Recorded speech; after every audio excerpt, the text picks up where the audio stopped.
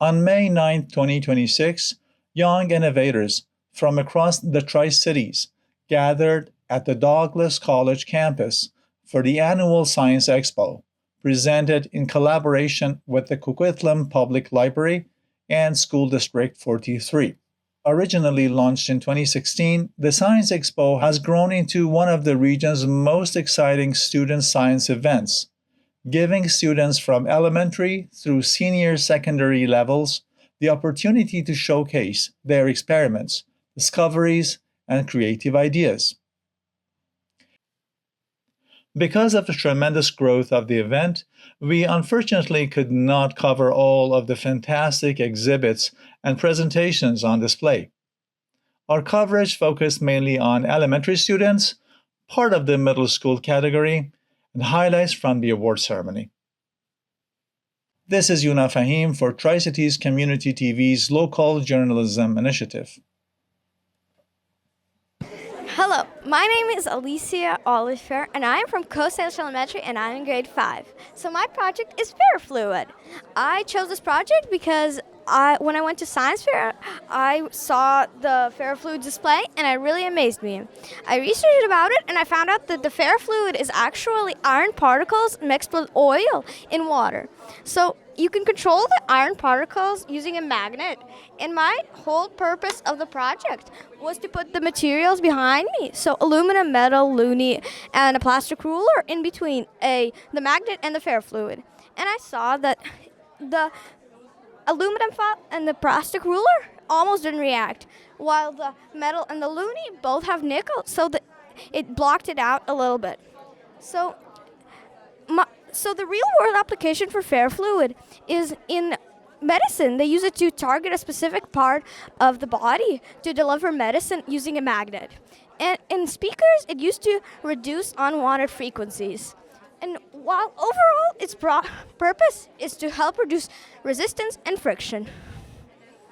In conclusion, I was able to draw that ferrofluid stays fairly stable unless a material that includes iron, copper, or nickel is near it that helps block out the magnetic field.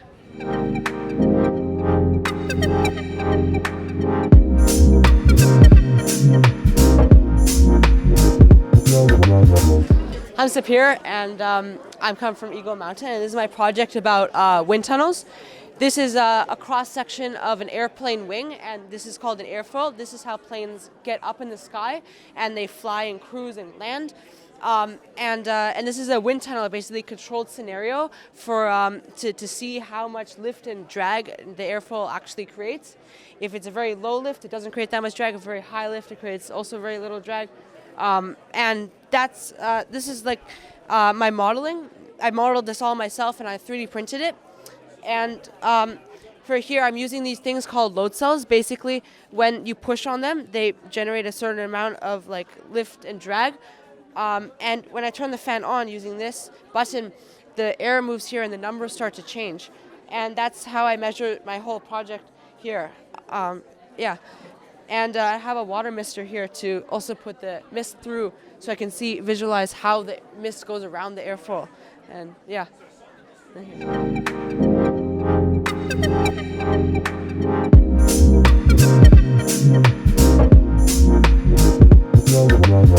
Hi, my name is Kelsey, and I go to the school named Coquitlam River Elementary.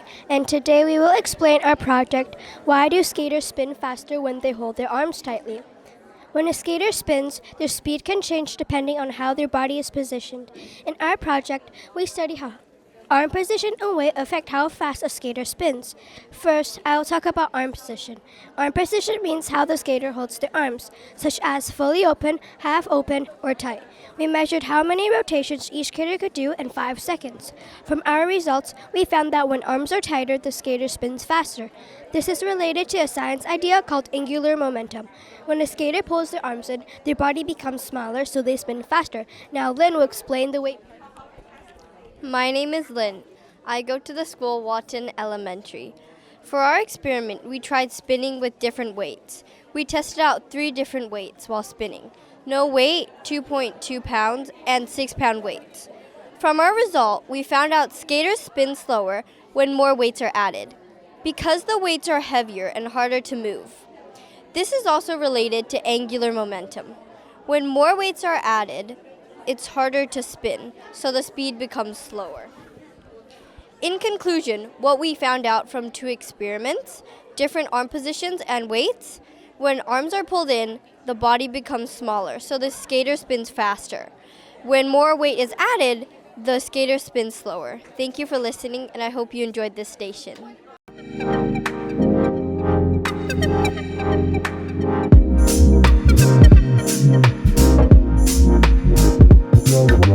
Hello, my name is Laylee. I go to Coast Salish Elementary, and today we will be talking to you about our project called Musical Strawberries.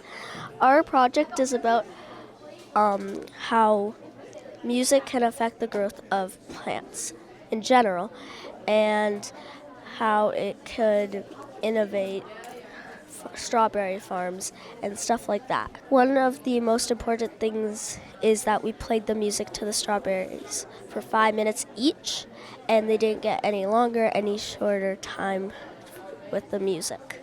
Our experiment was, as I said, we played music to the plants for 5 minutes. There were 3 plants: isolation, K-pop, and classical. We didn't play music to the classical, and we played K-pop music to K-pop and classical music to classical. So technically our hypothesis was we would believe that the strawberry plant K-pop would grow the tallest because it was louder than like isolation and classical. When we play music to strawberry plants, it creates sound vibrations that stimulate cell metabolism, promote nutrient transport, and increase photosynthesis, which means the sound vibrations help plants grow better. So K-pop, and who won? K-pop won because K-pop music has more sound vibrations than classical music.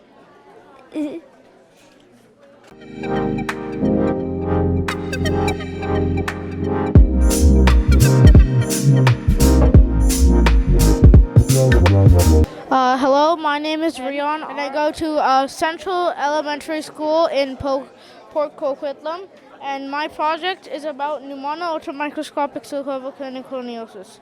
I have a lung model of a healthy lung here that you can see it breathes normally, because when you pull the diaphragm down, it expands the lungs. And this is a lung with pneumono-ultramicroscopic silicovolcanoconiosis, and it doesn't breathe that well. And this helps people by warning them on the effects of pneumono-ultramicroscopic silicovolcanoconiosis.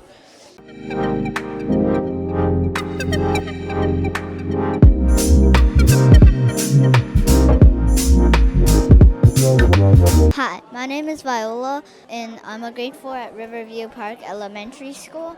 And my board is about formaldehyde and everyday toys.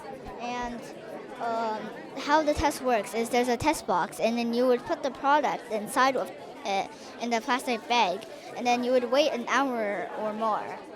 After the hour, you would take the test box out, and you would put the indicator solution and wait another hour until it will give a light blue, medium blue, or dark blue color. And the facts about formaldehyde is a chemical found in glue, paints, or even toys.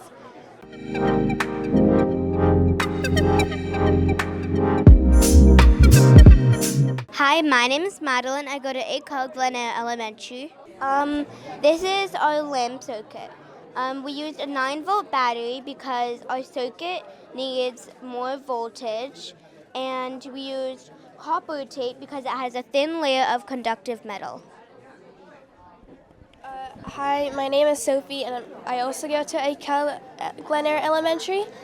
And this is our positive side and our negative side. Circuit needs a positive and negative side. The differences between them makes electrons move, and that movement is electricity. If one side is missing, the electrons can't flow and the circuit won't work. This is our switch.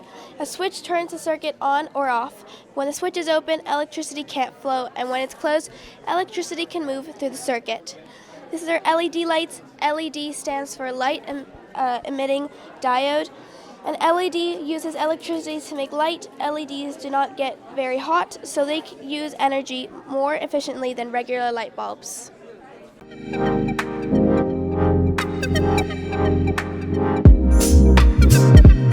Hi, I'm Violet. I go to Glen Eyre Elementary and I'm in grade 5. And this is my project that I have been working on for a week. Is it as clean as you think? I've learned about this project that some things can be dirtier or cleaner than you think, and it's good to wash your hands before and after you touch things. So, just so then you don't get viruses or germs. And this experiment really got me thinking of how things can be dirty or not. And I think this is a really valuable lesson for people.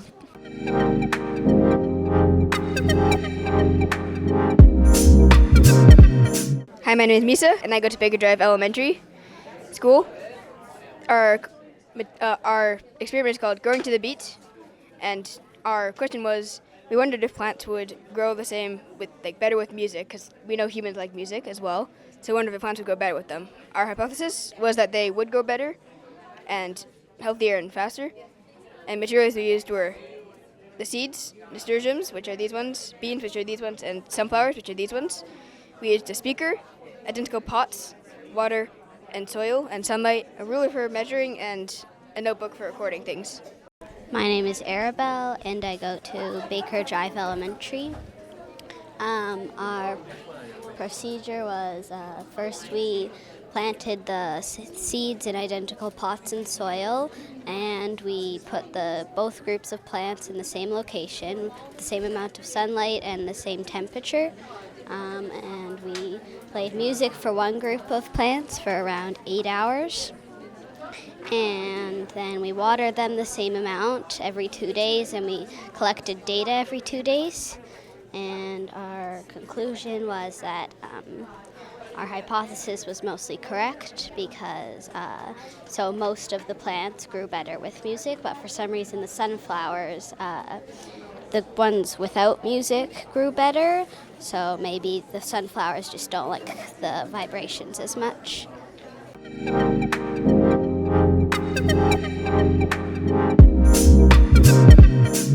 Hi, my name is Ella, and I go to Coquitlam Elementary. And our project is about which wrapping method keeps cheese fresher longest at room temperature. We tested 6 different methods. We did unwrapped, we did plastic wrap, parchment paper, aluminum foil, and Ziploc bag and container. We observed them for 72 hours and recorded changes, and we found out that the parchment paper worked best because it balanced air and moisture, and the wrap method developed mold, and the unwrapped methods became dry, hardened, and cracked. So, in conclusion, parchment paper works best for cheese because it balances air and moisture better than the others.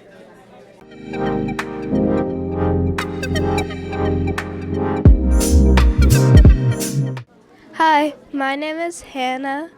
I go to Glen Eyre Elementary, and our project is who would win pansies or marigolds. What we did is we first watered the plants with water, and then we changed to 2 with vinegar, 2 with oil, and 2 with salt water, and 2 with water as our control. So basically, we had a photo. We have like a photo progression, and this is what they turned out as. Hello, my name is Harper. I go to Glen Eyre Elementary. As Hannah said, we have the plants. As you can see, the vinegar is the worst, and the oil is probably the best. We've realized some things that has happened with it, like for an example, the salt water has formed salt crystals, and the vinegar has now smelled like pickles.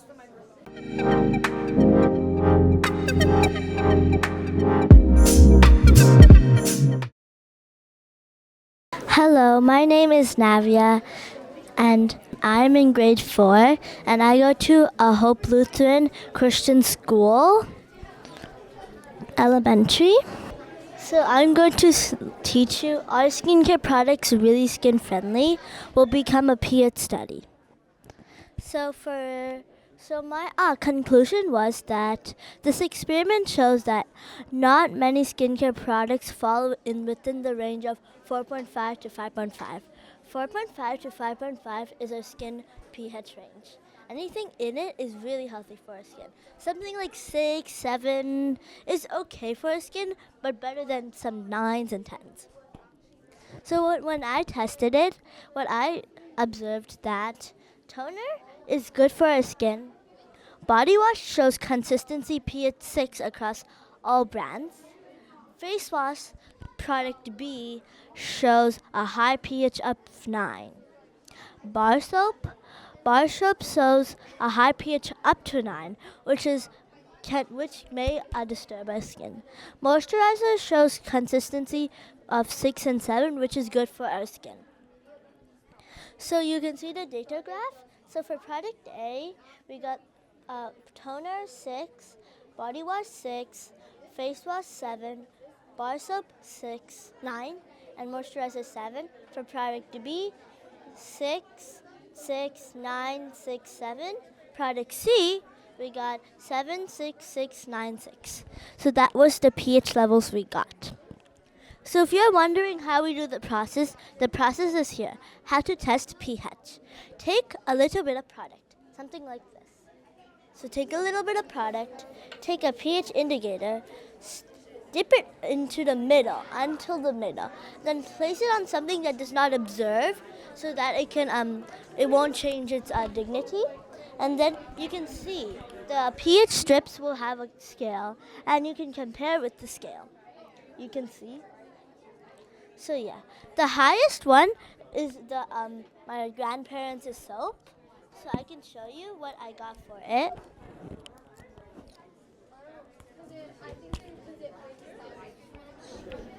So I'm going to spray. And it shows the highest of 9, closest to 10. So that was my highest. My grandparents should get a better soap. So yeah.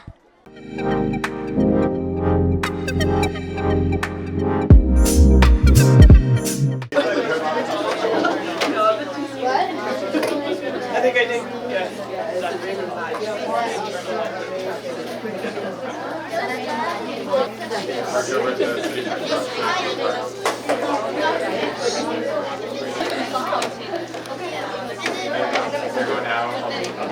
Hey, brought that to the some kids. And the kids play on the other side. Hello, my name's Matthias. I go to Mary Hill Elementary. This experiment is to prove that predators are the best. Predators affect their environment by helping control the levels of bugs they eat in their habitats.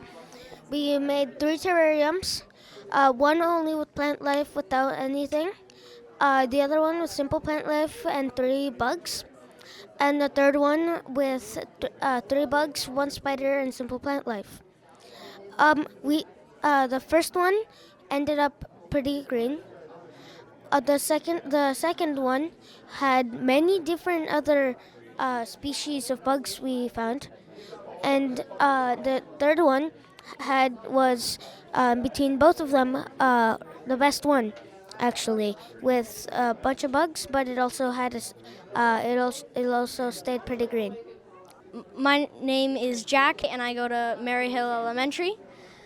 We found in Terrarium 3 that there was some mold building up on some of the insects. We don't know if that was the reason that the bugs were killed, or that it just formed after it died. In conclusion, we found that the habitats with with a predator showed up greener than the rest, and that the predators are the best at doing what they do. Which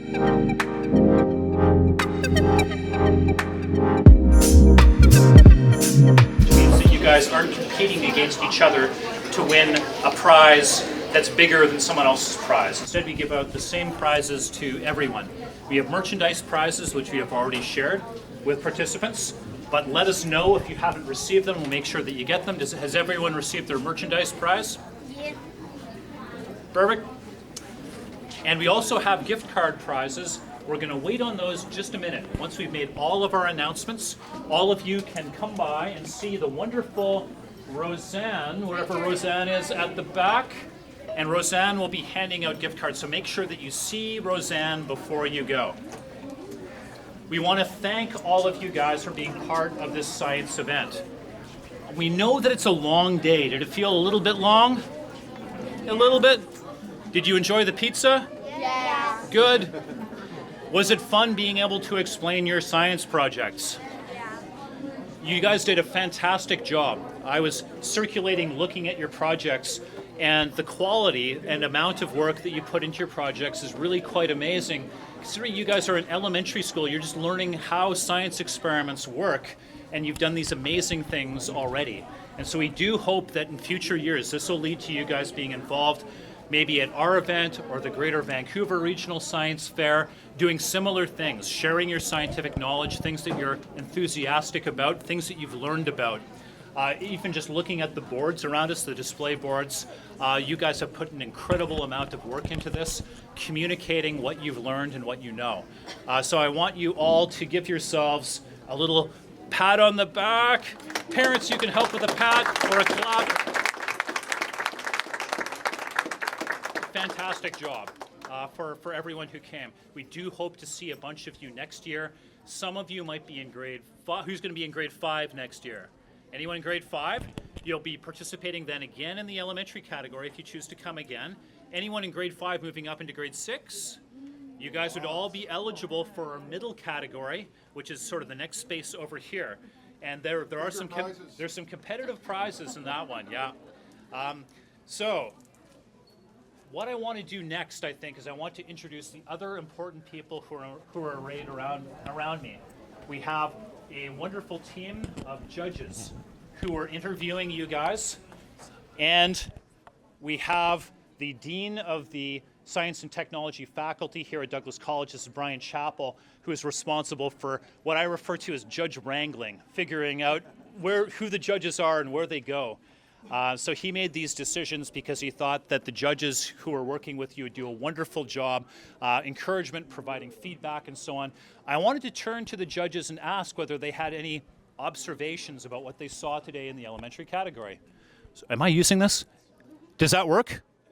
All right. I'm going to pass it on then. Hi everyone, I'm Susan Osterly. I'm the Associate Dean for Science and Technology, and I'm here with my colleagues Diana Castaneda-Santos and Patricia Fizowski, who were joining me in the judging today. And for both Diana and Patricia, I think it was their first time doing the judging. For me, just the second. I have to say that we had so much fun. We learned so much, and I had to look several times to make sure I was at an elementary table because I was so impressed by the caliber of the work that was being done. So you guys did an amazing job. We had a great time, and we hope you learned lots, and we hope to see you back again next year. Thank you, Susan. Thank you, Susan. I'm going to pass the baton one more time, this time to Brian Chappell. Thanks, Chris. I just want to echo what Chris has already said and what Susan has already said. The caliber of the projects this year was phenomenal. I was so pleased to see some faces I recognized from last year. I was so pleased to see some of those faces brought new friends with them. And I was so pleased to see that we have brand new people that have never been involved before. So it was really great to see all of these fantastic high caliber projects at such a young age. You're all in grade 4 and 5. You are the future. You're the people that people like me have to worry about, because by the time you're actually working as scientists, I'm going to be the one benefiting from the work that you do. So I really look forward to what you're able to do, and based on the caliber of what I've seen here today, I think you've all got big things in store. So really looking forward to that. I want to thank everybody for participating. Thank you, mums and dads. dads for encouraging your children to get involved in science. Thank you, kids, for having the initiative to go out and do these projects and do them at such a high level. Very happy to have you here at Douglas, and we look forward to having you back again next year. And for those that put your hand up for grade 5s, we'll see you in that section next year. We hope so. Yeah, absolutely. A final shout out to anyone who had support or encouragement from teachers at school, which might have happened if there's any teachers present as well. Thank you, SD43, for offering support and communicating things about the Science Expo. Great job. We are going to bring Roseanne, the wonderful Roseanne from Coquitlam Public Library around, and you can come and see Roseanne one at a time to collect your gift cards, so participants only. You can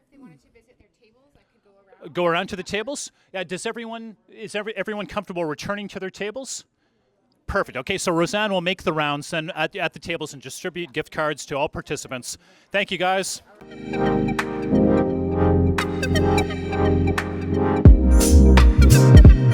Hello, my name is Kevin, and I go to Porter Street Elementary, and I'm in grade 5.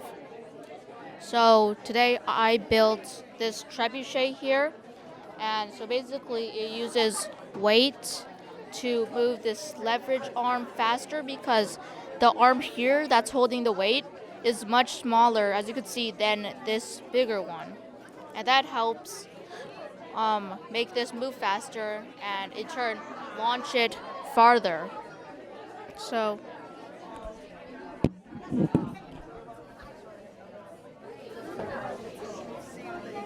here's how it works.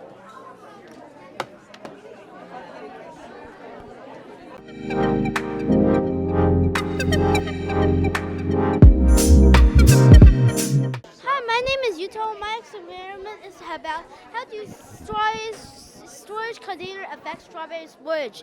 We have many containers. We have 6 containers. It is fridge container, Ziploc, and container at room temperature, and the tin foil. The results shows that the tin foil is the worst because it traps heat inside of the container and it's very hot.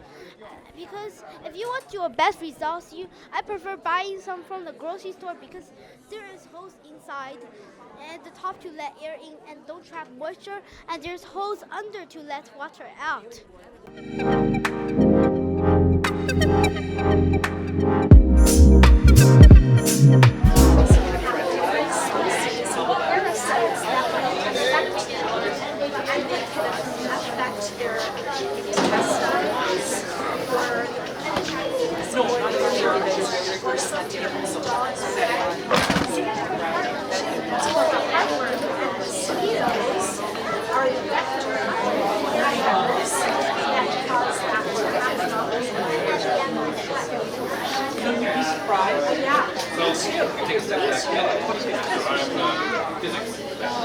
So, what is CFTR?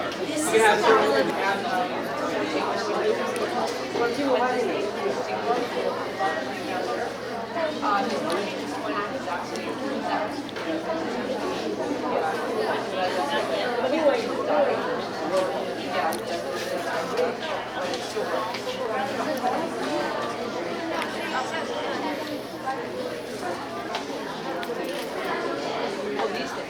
this thing is exactly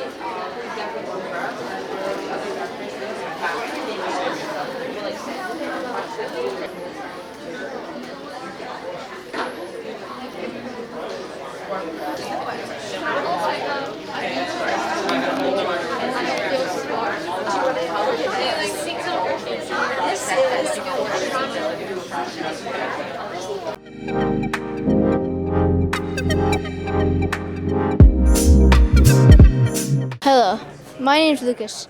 I'm a grade 6 from Eagle Mountain Middle. My science project is about density.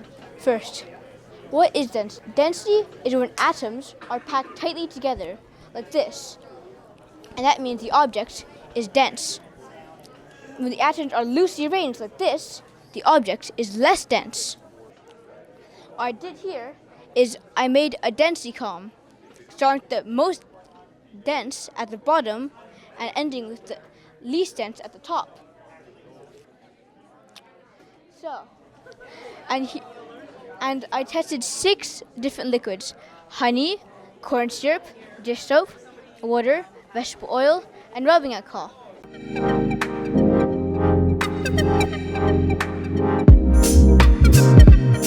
Hello, I'm Andy, and our topic is water filter. This is our DIY water filter system. First stage is rock, which can trap large particles like leaves, wood chip from water. And then the second stage is sand. It blocks dirts from continue going on. And then the cotton is stopping sand from continue going on to the final stage. The final stage is what actually cleans the water. It blocks algae and microorganism. And you see the final stage is somewhat cleaner than what we had before.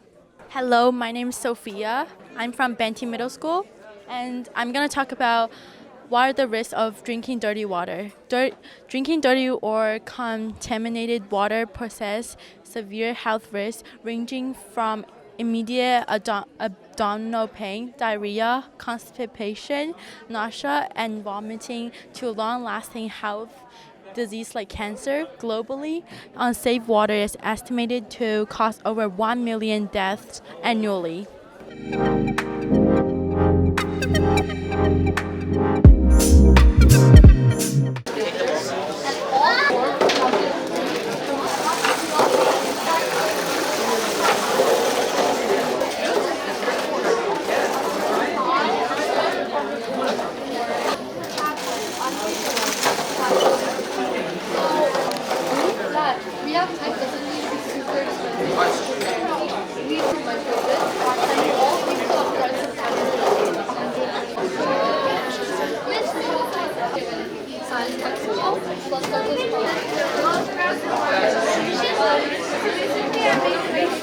Hi, I'm Evelyn, and I'm from École Coquitlam, and I'm in grade 8. Hi, I'm Elvin. I'm also from École Coquitlam, and I'm grade 6. So this is our project, Rebo, the Rehab Companion Robot for Knee Replacement Surgery. And we built Rebo because it was inspired by our grandma, and she faced many challenges because of knee replacement surgery. So here. Okay, so Rebo is basically just a little robot that will help you with your rehabilitation.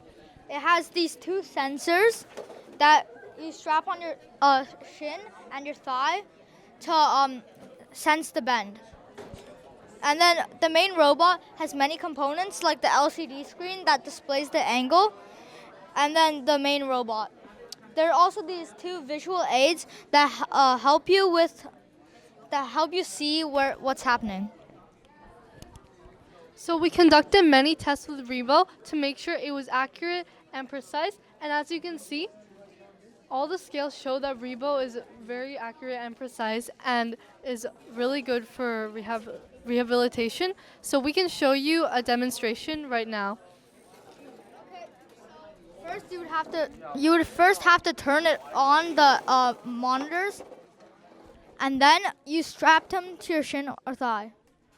You can now. So right now, he first straps it onto his shin. Yep. And you can always adjust the size. The second one goes on the thigh. Also, the size is adjustable.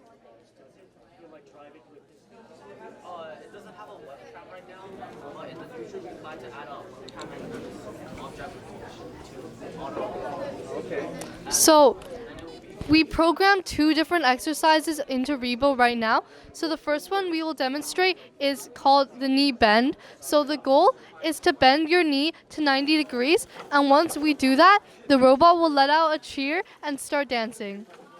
So here, he'll start by bending his knee. And as you can see, the visual aid will also bend. So now he's made it past 90. The robot will start dancing.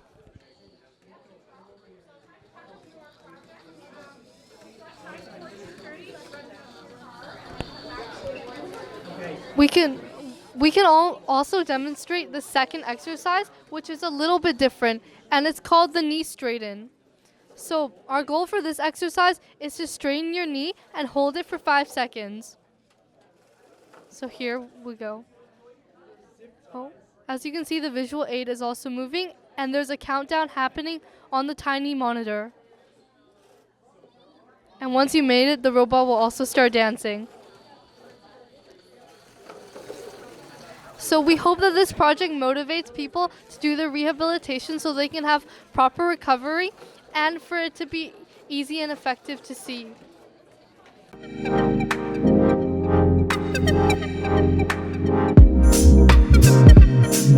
Hello, I am Deanna from Citadel Middle School. I'm in grade 7 and my project is the difference design has on airplanes using a paper airplane model.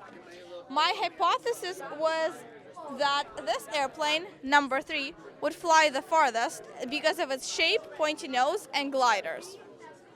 I was correct, as in my experiment where I took it and I launched it at exact the same points as all the rest. It did fly the farthest, so my hypothesis was correct.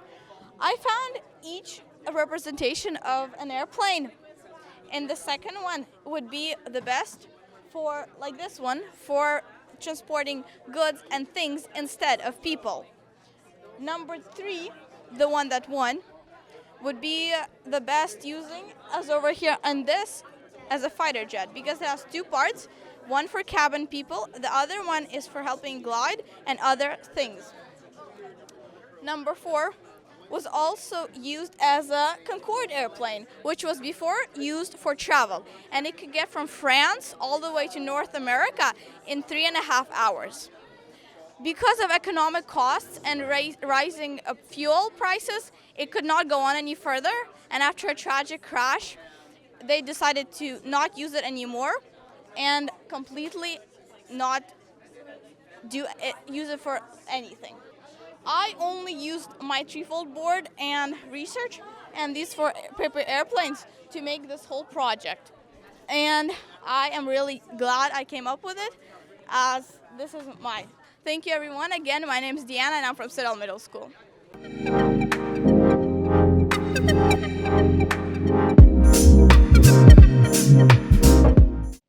We also had the opportunity to interview representatives from several Douglas College faculty stations, where interactive demonstrations introduce students and families to different areas of science and post-secondary learning.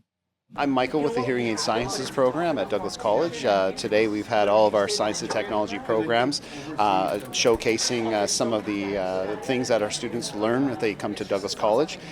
Hi, my name's Shelley Weiser. I'm from the biology department at Douglas College, and we're here at the science fair showing some of the specimens that we have in the lab, just a few of them to show the diversity that you can come across in biology, everything from our actual human brains and the skull to show how that fits in there to the kids that are here today, actual human lungs and some of the damage that can happen to it, and then of course going into other animals like dogs and rabbits, my dog's skull, showing some of the nervous system between amphibians and fish and rabbits to show a lot of the differences in form and function between different organisms and how structure and function go hand in hand so that organisms can survive and how we can all live together and function together in various ecosystems. Everything from plants to higher organisms, including torsos that you see. So that's the biology table here at the science fair.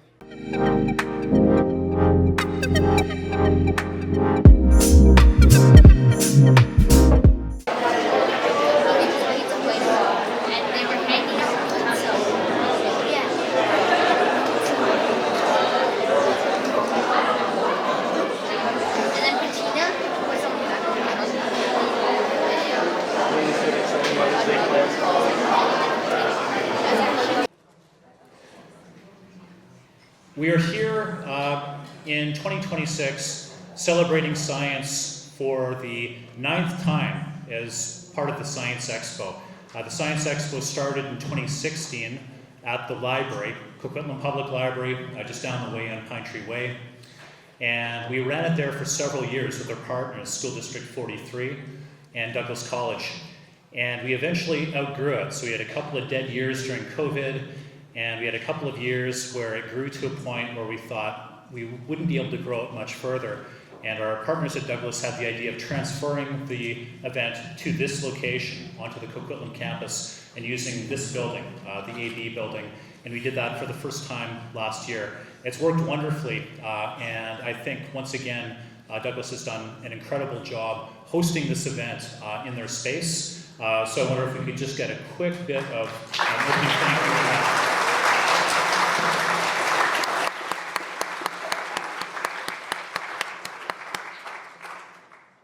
We did have a territorial acknowledgement to start the day, but not everyone heard it, so maybe I'll go ahead. We had the Douglas College one before. I'm going to share the Coquitlam Public Library acknowledgement now. We acknowledge with gratitude and respect that the name Coquitlam is derived from the Hunkaminam word Coquitlam, meaning red fish up the river. The Coquitlam Public Library is honored to be located on the Coquitlam traditional, ancestral, and unceded lands, including those parts that were historically shared with the Katzie and other Coast Salish peoples. All right, on to some other thank yous. Biggest thank yous of all, I think, would be to most of the people that we see seated inside the room right now. And those are the participants in the Science Expo. So a round of applause from everyone else for our wonderful participants.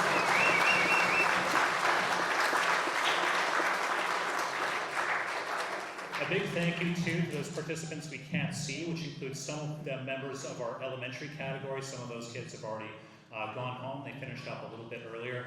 We may still have a few sprinkling the audience right now. So thank you to all of you. And thank you, of course, to everyone in the middle, junior, and senior categories who are here to listen to the awards announcements, which will commence in just a few moments. Thank you to other people. We want to thank school district staff. Do we have any teachers here who have been active in supporting their students? I saw one earlier, so I'm pretty sure we do. Up sort of mid-high up there. I know that we've got Angeline up there from Centennial. And we have wonderful support from Centennial High School, but many other schools too, with good contingents and support from students at Pine Tree Secondary and many other places before as well. Too many to name. Como Lake Middle was a huge source of projects as well, support from Administrator Devin Ross, who may be here somewhere as well. So thank you, Devin.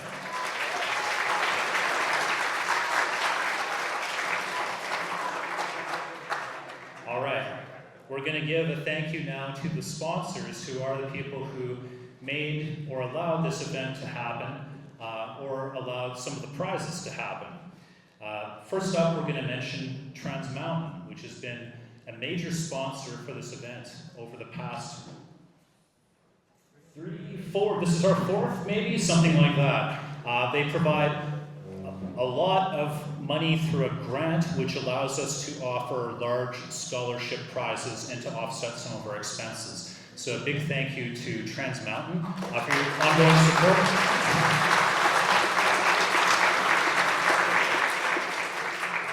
Thank you to Coquitlam Center Mall, which provides gift cards for the junior category. We have gift card awards for 1st, 2nd, 3rd, and junior. They provide those. We also buy some gift cards from Coquitlam Center as well, so that everyone leaves home with a prize. So we've got a whole bunch that we also purchased from Coquitlam Center. But thank you for the prizes that they provided.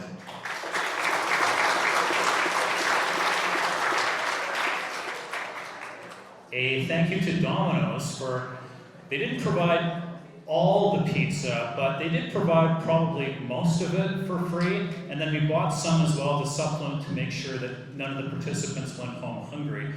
So hopefully everyone did get enough to eat. We ordered a ton of pizza, and I know we ate a ton of pizza because I saw the empty boxes. They're stacks reaching almost to the ceiling. So thank you to Domino's for providing pizza. Red Lab.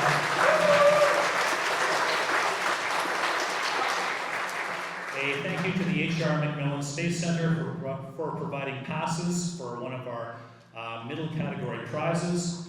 Thank you to them.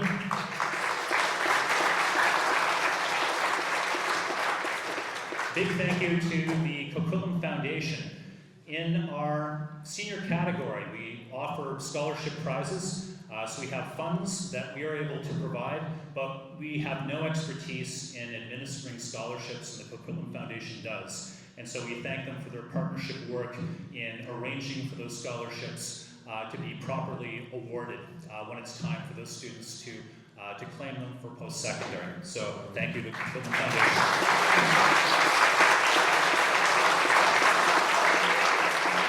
And last but not least, to our wonderful ongoing partners in this yearly celebration that we have. Right since the start, we've had the school district, so School District 43, involved supporting this event through a mix of things at the start. Without Devin Ross, this event never would have started many years ago. And there's always been a strong level of support from teachers and from administrators in terms of getting the word out, encouraging students to participate. And you can see the results today. We have packed this theater, mostly with participants, with a bunch of parents as well. But this event has grown about 50% over last year, to the point where we really need to carefully plan for next year, because if it grows 50% again, I don't know where everyone will go, but it'll be a good problem to have. So thank you to the school district, and thank you as well to Douglas College. We can get a round of applause for both of those organizations at once.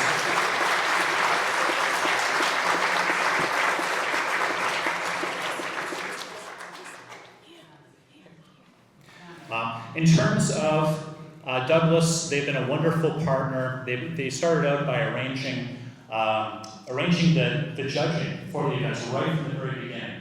And it's been Brian Chappell behind me who's been involved in doing that.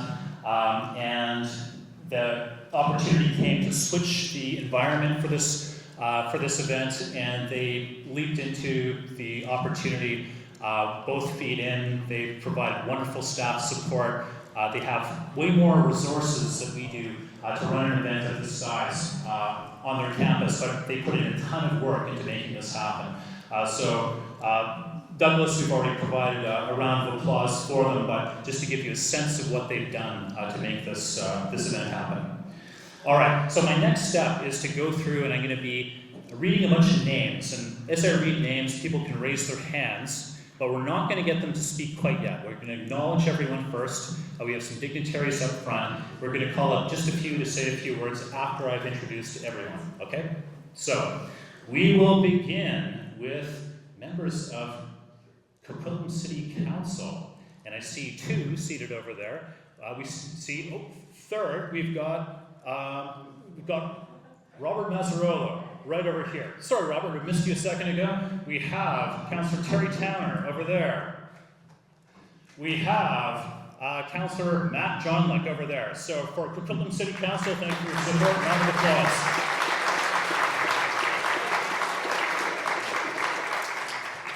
On behalf of the Coquitlam Public Library Board, we have Steve Leung right over there. And representing the CPL staff and administration, we have Aaron Watkins, Director of Public Services. We have Anthea Goff, our Executive Director. We have, representing the Coquitlam Foundation and School District 43, Carol Brody.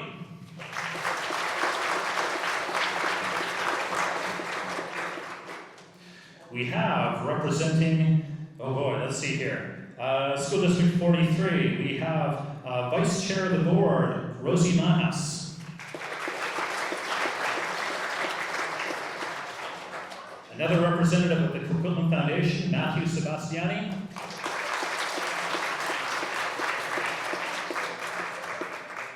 And representing Tri-Cities Community Television, we have Jeff at the front.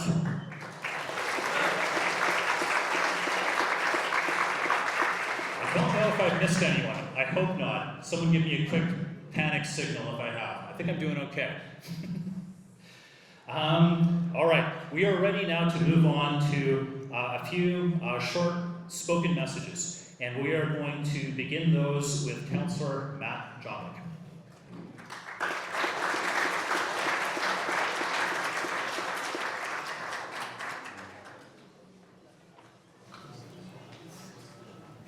Thank you, Chris. My name is Matt Johnlick, and I'm one of your Coquitlam City Councillors, and want to say what an honor it is to be here in front of so many bright minds that have taken on a passion to solve the world's problems.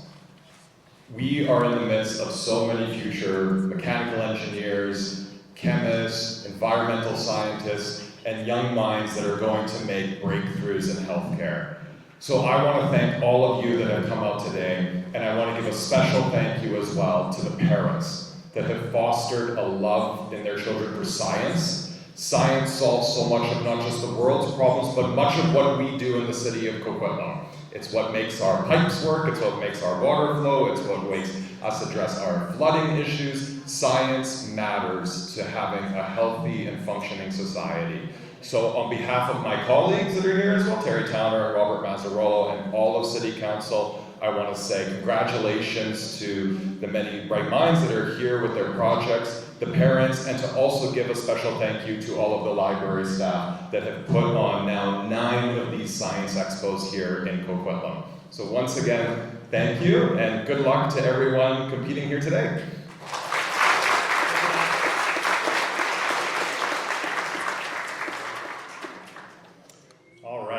Now, we want to call up someone to speak a few words on behalf of the library. We're going to call up Steve Leon.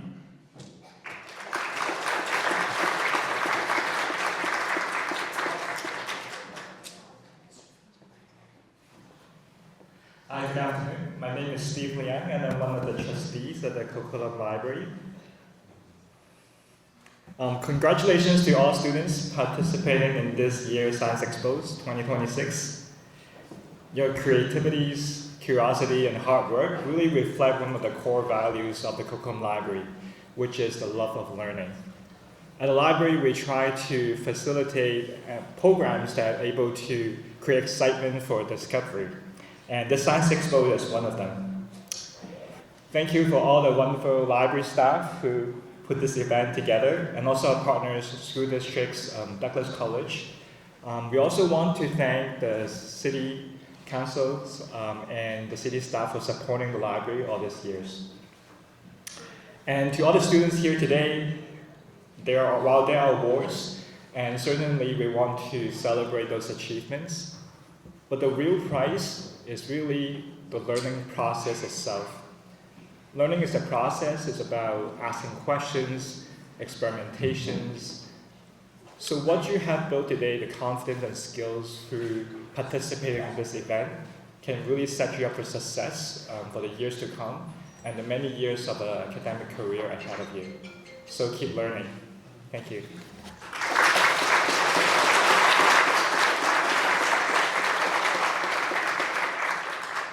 Thank you, Steve. All right, now we do want to bring up Rosie Manhas to represent the school district. Thank you, Rosie, for coming today.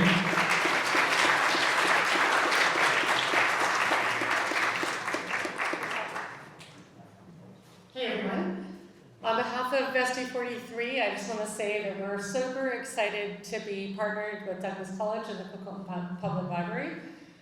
You kids are fantastic.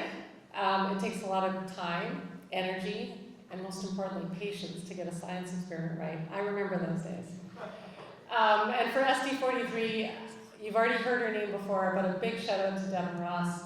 She's an amazing teacher, human being who takes care of our kids in our district, and I want to thank you personally for that. On behalf of the board, Carol's here with me today. I just want to say congratulations to all the participants and the award winners that you will soon find out who are, and to the Coquitlam Public Library for organizing this event.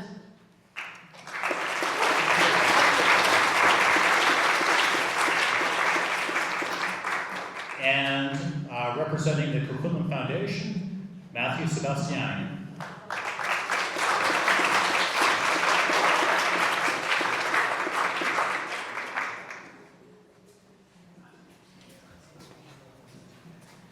Hi everyone, and thank you for allowing us to give a few remarks today. I just want to say how much of a pleasure it is to be here at the Science Expo. I do want to acknowledge Carol Brody, our Executive Director, and also one of our directors, Rosie Manhas, as well. The event is the third year of what has become a very effective and rewarding partnership with the Coquitlam Public Library. Over these 3 years, working together on the Science Expo has allowed the Foundation to see firsthand the incredible synergy between our local library and our schools. And I want to extend a sincere thank you to all of the staff, the board, and the members of the public library for all of the work you do to make this event a reality. Our mission at the Foundation is to support the heart of community. And there is no better way than empowering students in SD43. You're pursuing your scientific passions, and walking through the exhibits today, the level of innovation, curiosity you display is truly inspiring. You're not just solving hypothetical problems, you're looking at the world with a fresh set of eyes, and you're thinking, how can I make things better?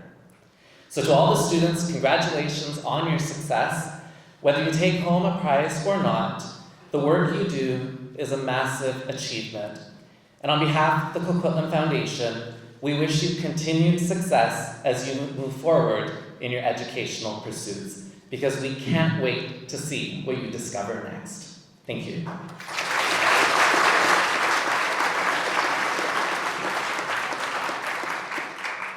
And I will now reintroduce Brian Chappell of Douglas College, the Dean of Science and Technology. Thank you, Chris. I realize I'm the only thing standing between you and the prizes, so I'm going to be quick. I don't know what's going on over at School District 43, but the caliber of projects this year has been amazing. Like, absolutely mind-blowing in some cases. So I want to start by congratulating all those that are about to win a prize, but I also want to focus on those that aren't going to win a prize today. And don't be discouraged by that, because the caliber of projects that I saw today, we could have given prizes from top to bottom. There were so many choices and so many great choices. So please don't be discouraged if you're not a prize winner. Let that drive you to try and win a prize next time. The caliber this year has blown me away. I spoke to the judges, as Chris mentioned earlier. One of my jobs is wrangling judges to get all these projects judged, and I spoke to the judges in all 3 categories that we're going to give prizes in, and they all said the same thing. We're really struggling to come up with the winners because the caliber is so good this year. So you should all be very proud of yourselves. Please have a round of applause for all the participants.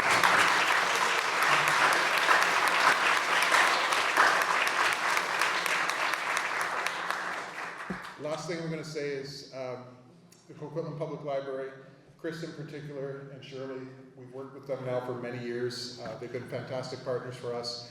It wasn't that many years ago that we used to have this award ceremony in one of the little learning rooms at the library that holds how many people? 40 people? Maybe? A little bigger, but yeah, you got the idea. Yeah, it's much smaller space. So now that we've had to move it into this room, we're at capacity in this room now. If this science fair grows any bigger, I'm not sure what we're going to do, but we'll figure something out, because that's a problem we'd love to have. So thank you to the Coquitlam Public Library. They've been fantastic partners. Thank you to all the sponsors. Thank you mostly to all the participants who spent the time to do the projects, and the parents who supported them, and the teachers who supported them through this process. Very excited to see the results, and we're excited to give away some prizes. Thank you, everybody. All right. Bookkeeping before we make those prize announcements, which will go fast. I didn't see him because he wasn't front row, because he's standing over there. Manager of Programming and Community Connections at Coquitlam Public Library, Jay Peters. Yeah.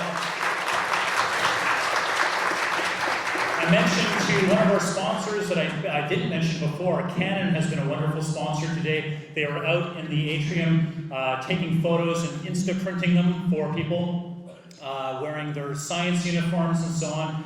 And they have also provided 2 portable printers as one of our main prizes in the middle category. Big thank you to Canon for your support.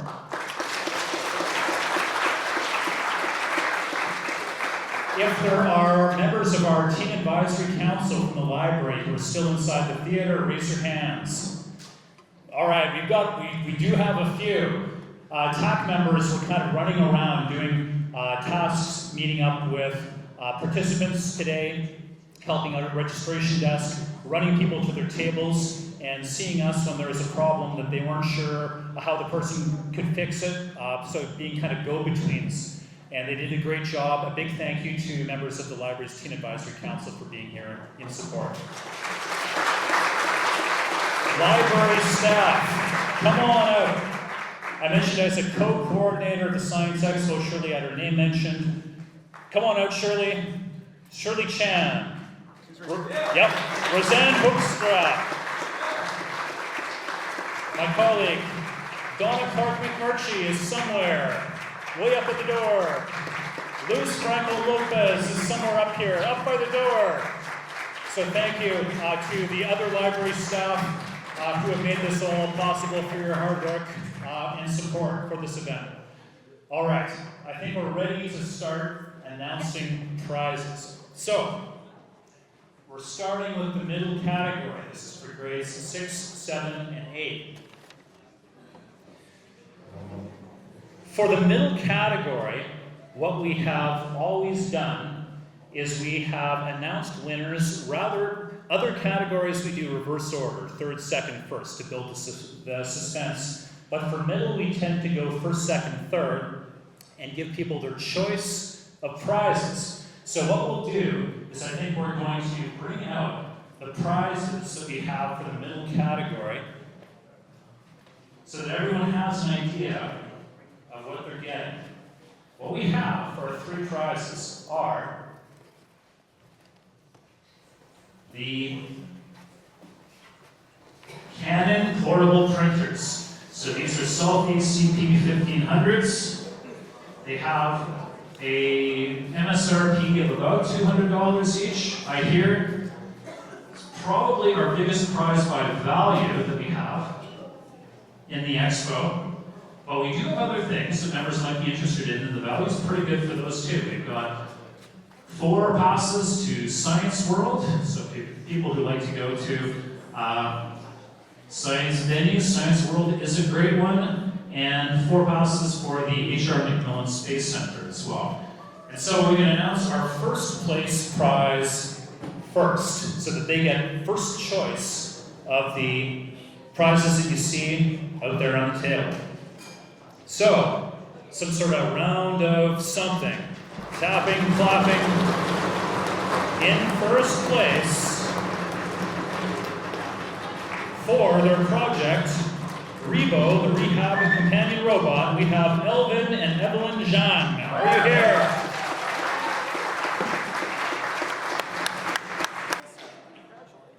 All right, so first things first, we need to...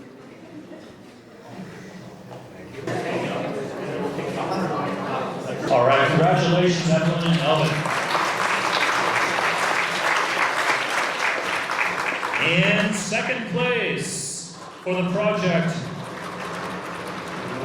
Wind Tunnel Aerodynamics Project, we have Sapir Shakar. Sapir, are you here? Right up front.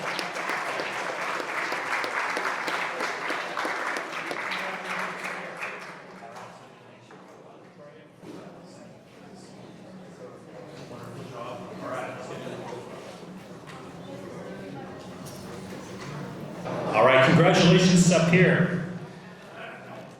In third place for middle,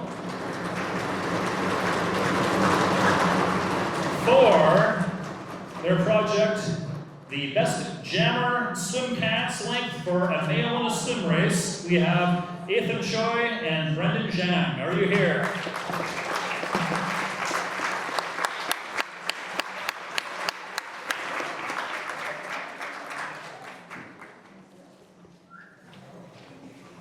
They're coming, they're up there. Yeah. Do you want to take one of those? Sure. Yeah, let's do it.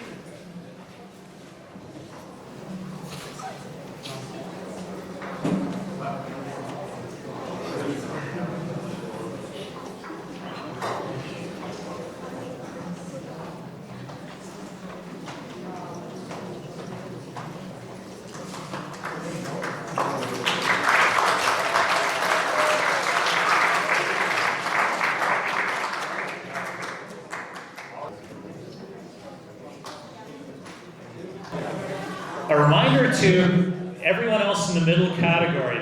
Middle category was massive. There was a ton of great science. We had a record number of projects. I think there were 25 3 in the middle category. We've never had anything close to that before. A huge amount of competition.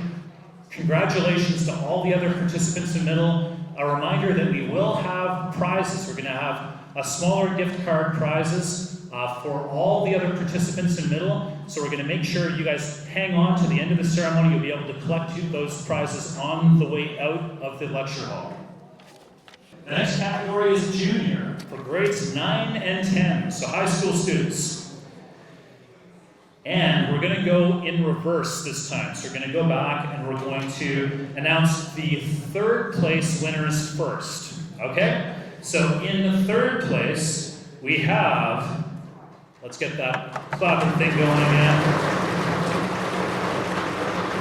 For their project, biodegradable menstrual pads, we have Simrit Kaur and Jasmine Chan. Are you here?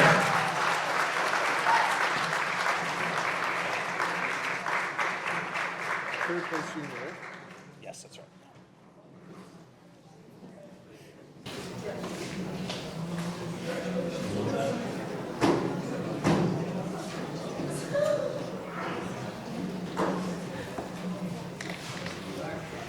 Right back to the day.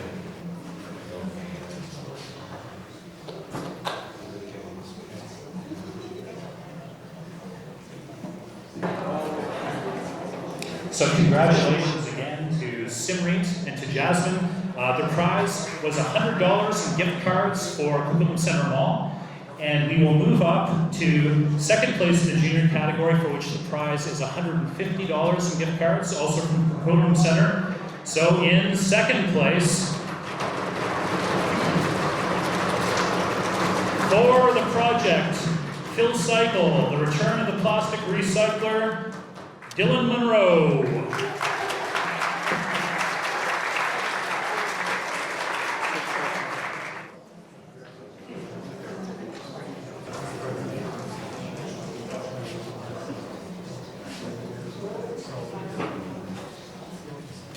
Congratulations, Dylan. And now we are moving up to first place in the junior category.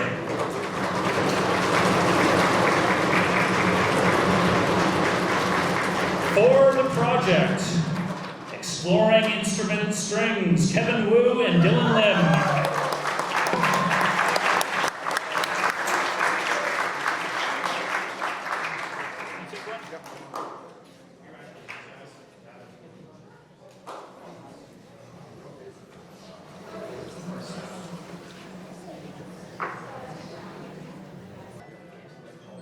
Now we are getting into the senior prizes.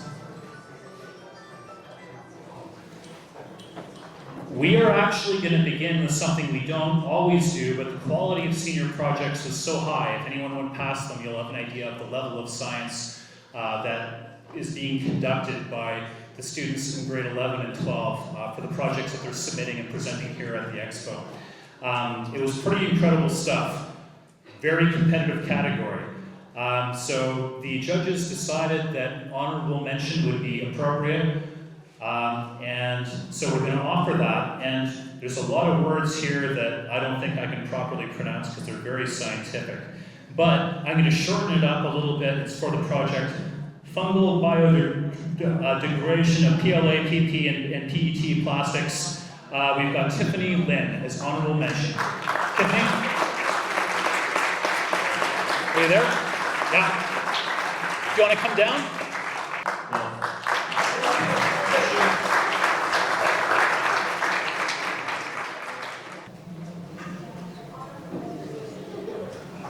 So, we are moving now into the scholarships. We have scholarship prizes for third, second, and first.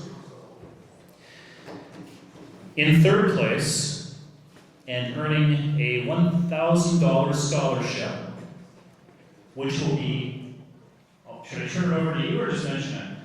It's an amount that will be matched by Douglas College if the student decides to come to Douglas College. So it's worth $2,000 if you decide to come to Douglas College.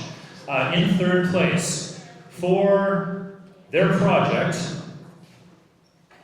Med-PI, improving health literacy safely and privately. We have Lincoln Ho. Where's Lincoln?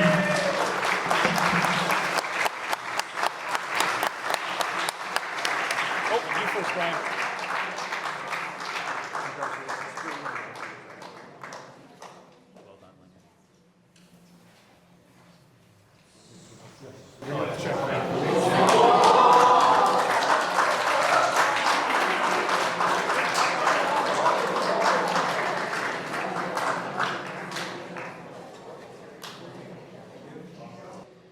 All right, in second place and earning a scholarship valued at $1,500 or doubled to $3,000 if they choose to come to go to Douglas College, we have the project Fast RL, speeding up training of a self-balancing pendulum, Daniel Jean.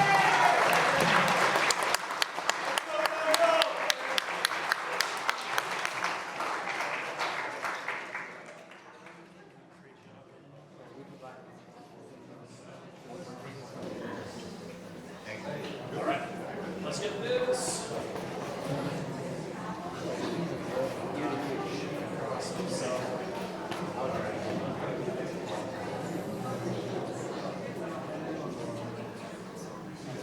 First place? And we're on to first place in the senior category, so this is the big one. It's a $2,000 scholarship, $4,000 if used at Douglas College. For the project, a multi-level model of learning intensity, linking calcium dynamics, neural synchronization, and other stuff. We've got Parsa Rockney. Parsa!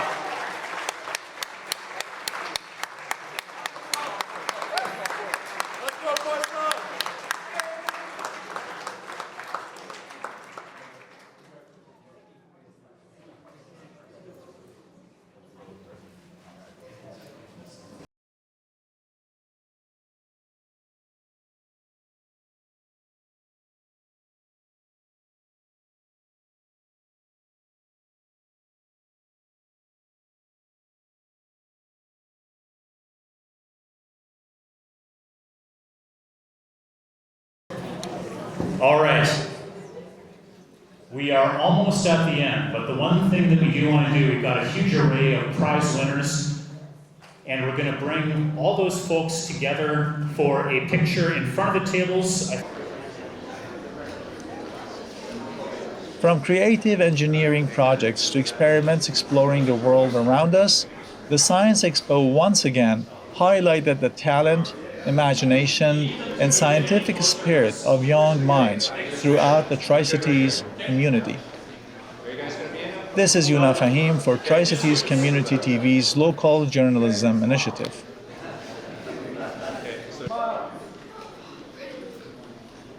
Now on the count of three, I want to see hands up, like just give me a nice big cheer, okay? 1, 2, 3, go!